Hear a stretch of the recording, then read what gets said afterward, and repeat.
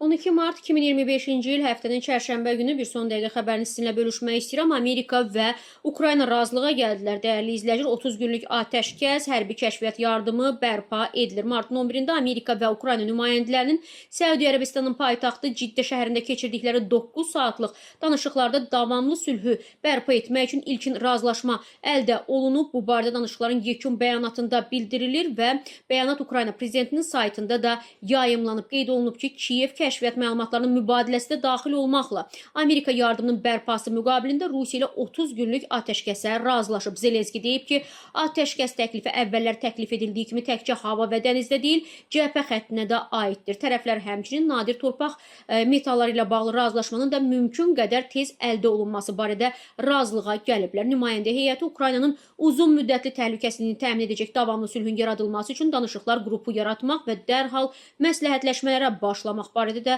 razılığa gəlib. Ukrayna nümayəndə heyətinə başçılıq edən Ukrayna prezidenti aparatının rəhbəri Andrey Yermak danışıqlardan sonra deyib ki, Birləşmiş Ştatlar Rusiyaya sülhün əldə edilməsinin açar məsələsinin sülhə qarşılıq verilməsi olduğunu çatdıracaq. Rusiya da eyni addım atsa, Ukrayna 30 günlük atəşkəsə razılaşır və Kiyevdə Amerikanın təklifini qəbul edir. Amerikan dövlət katibi Marco Rubio isə Rusiyanın çox yaxın gələcəkdə atəşkəslə razılaşacağına ümid edir. Trump isə deyir ki, Rusiya razılaşmazsa döyüşməyə davam eləyəcəyik. Trump deyir ki, indi biz Rusiyaya getməliyik və mən həqiqətən ümid edirəm ki, prezident Putin də bununla razılaşacaq. Ümid edirəm ki, razılığa gələ bilərik deyir və biz Ukraynada müharibəyə son qoymaq istəyirik. Və o əlavə edib ki, əgər Rusiya Federasiyası ilə razılığa gəlmək olarsa, o zaman gözəl olacaq. Əgər Rusiya atəşi dayandırmağa məcbur etmək Rusiyanı mümkün deyilsə, o zaman sadəcə döyüşməyə və Ukraynanı təchiz etməyə davam etdirəcəyik deyə Trump açıqlamasında bildirib, dəyərli izləyicilər.